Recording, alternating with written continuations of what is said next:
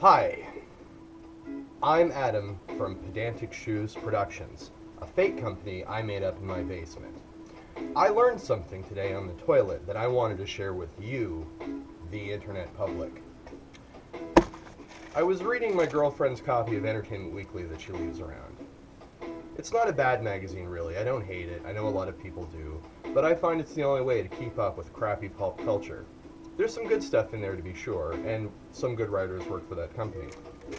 But I don't watch shitty movies or listen to shitty music, so it's a good way to keep up with whatever Beyonce, Britney Spears, Christina Aguilera, or Mark McGrath are up to this month. Also, I still think it's 2001, so maybe my premise isn't working. Regardless, I did notice something a little bit odd this time. I'll find it. I bet you wish I knew how to use editing software.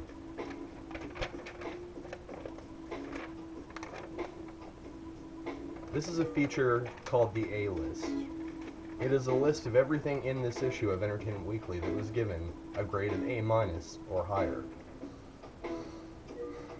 What's upsetting about this to me is the perforation. You may not be able to see it, but there's a dotted line of creased paper here, implying that this page is meant to be ripped out and carried along with you when you are going around town considering how to spend your entertainment dollar. You'll be able to bust out this list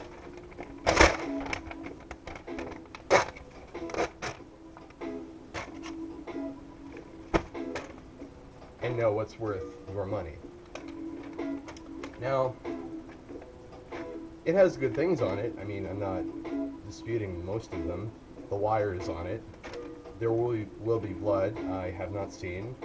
I'm sure it's a good film. And the Magnetic Fields album Distortion is on it. That's not my problem.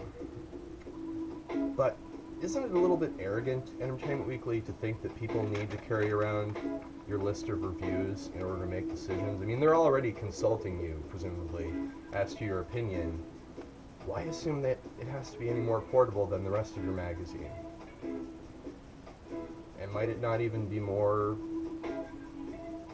practical, perhaps, to do an F list? Or even a C+ or worse list? I know I'd appreciate that if I didn't already know about everything good that was coming out 3 months before it did, because I'm on the internet.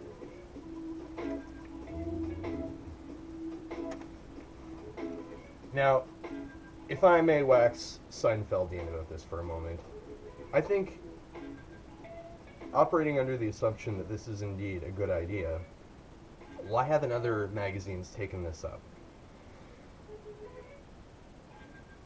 Maclean's? Newsweek? I know I could use every news story condensed even further into a tiny paragraph that I could just rip out, carry around with me, and read on the bus. I won't go into the obvious jokes about pornography and how pornography can be used to be more portable, but it could. No one's disputing that.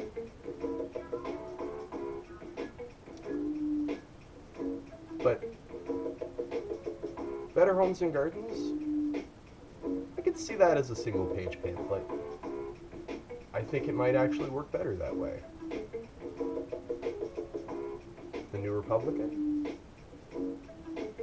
That's not a magazine. But if it were, I'd want that to be a single-page pamphlet.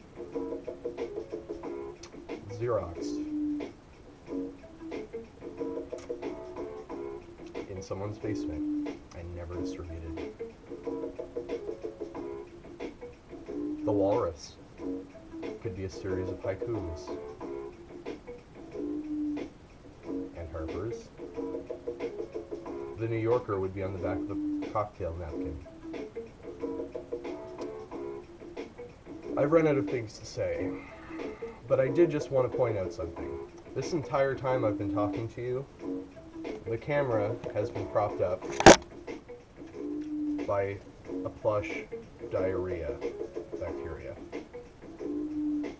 Watch the video again and think about